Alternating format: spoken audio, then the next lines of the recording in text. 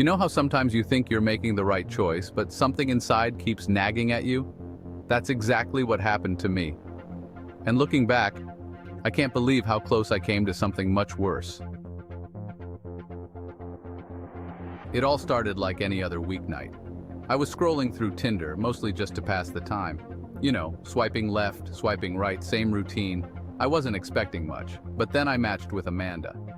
I remember thinking she looked exactly like the type of person I'd been hoping to meet, someone normal, or at least she seemed normal. She had a killer smile in her photos, and her profile wasn't overly polished like some of the fake ones you come across. She described herself as down-to-earth, loved hiking, coffee shops, and weekend road trips. We messaged for a bit that night, and honestly, we hit it off right away. I wasn't skeptical at first because she wasn't throwing up any of the usual red flags. She seemed like someone I'd probably bump into at a grocery store or in line at Starbucks. She wasn't perfect, but who is? After a few days of talking back and forth, Amanda suggested we meet up.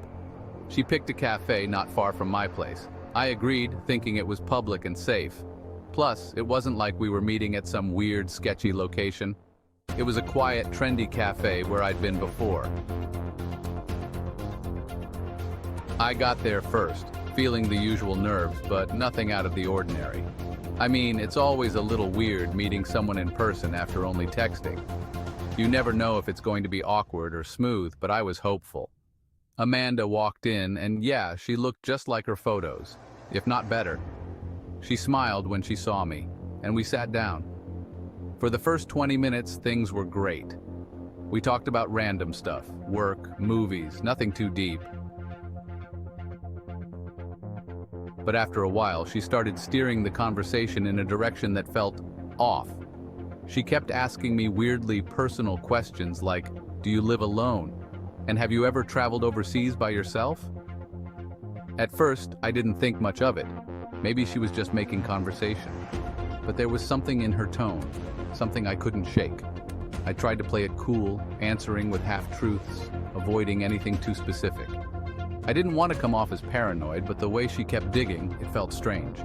She asked me if I'd ever done any online dating before, and when I said yes, she followed up with, "Ever had any bad experiences?" It was the way she said it, like she was expecting something. I laughed it off, trying to lighten the mood. "Nothing too crazy," I said. "You?" She hesitated. "Well, you never really know who you're talking to online, do you?" That was the first moment I felt truly uneasy. It wasn't just what she said, it was how she said it. There was a shift in her demeanor. Her smile wasn't as genuine anymore. I remember looking around the cafe, suddenly feeling hyper-aware of my surroundings. It was like the walls were closing in just a bit. Then, out of nowhere, she got up to use the bathroom, leaving her phone on the table. Now, I'm not proud of this, but curiosity got the better of me. Her phone buzzed and the screen lit up. The message preview said, "He's still there?" I don't know who sent it, but my stomach dropped. I told myself it was nothing, that I was overreacting, but every instinct in my body was screaming at me to leave. I stared at that phone for what felt like forever until she came back, and when she sat down, I noticed she was more fidgety, like she was trying to hide something. She grabbed her phone, glanced at it, and I swear, for a split second, I saw the tiniest flicker of something dark behind her eyes. I decided right then I wasn't going to stick around to find out what it was. "I actually have an early morning tomorrow," I said, forcing a smile. "Probably should head out soon." Amanda didn't argue, but she didn't seem surprised either. She just nodded, gave me that same smile, and said, "I'll walk you to your car." Now here's the thing. Part of me wanted to say no. Every alarm in my head was going off, but I didn't want to seem rude or paranoid, so I agreed. We left the cafe, and as we walked to the parking lot, I felt like I was being watched. I scanned the area but didn't see anything unusual. Still, the hairs on the back of my neck were standing up. When we reached my car, she didn't leave right away. She stood there just staring at me. "You're a really nice guy," she said, but there was something hollow in her voice. "I hope we can do this again sometime." I gave a half-hearted laugh. "Yeah, sure, maybe." But as I got into my car, I saw her walking away. Only she wasn't heading back toward the cafe.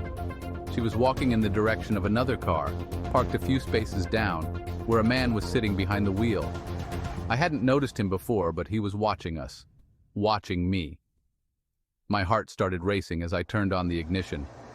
I couldn't get out of there fast enough. I drove out of that parking lot trying to act calm, but my pulse was through the roof. The whole way home, I kept checking my rearview mirror, half expecting them to follow me. I don't know who that guy was or what they had planned, but I was sure I didn't want to find out. When I got home, I locked every door and window. I didn't sleep that night. I kept thinking about the questions Amanda asked me, the way she kept prying, the text on her phone. It wasn't just a bad date, it was something darker. A week later, I deleted Tinder. I haven't touched online dating since, and I still wonder sometimes what would have happened if I hadn't left when I did. Maybe nothing, but deep down, I know I dodged something bad.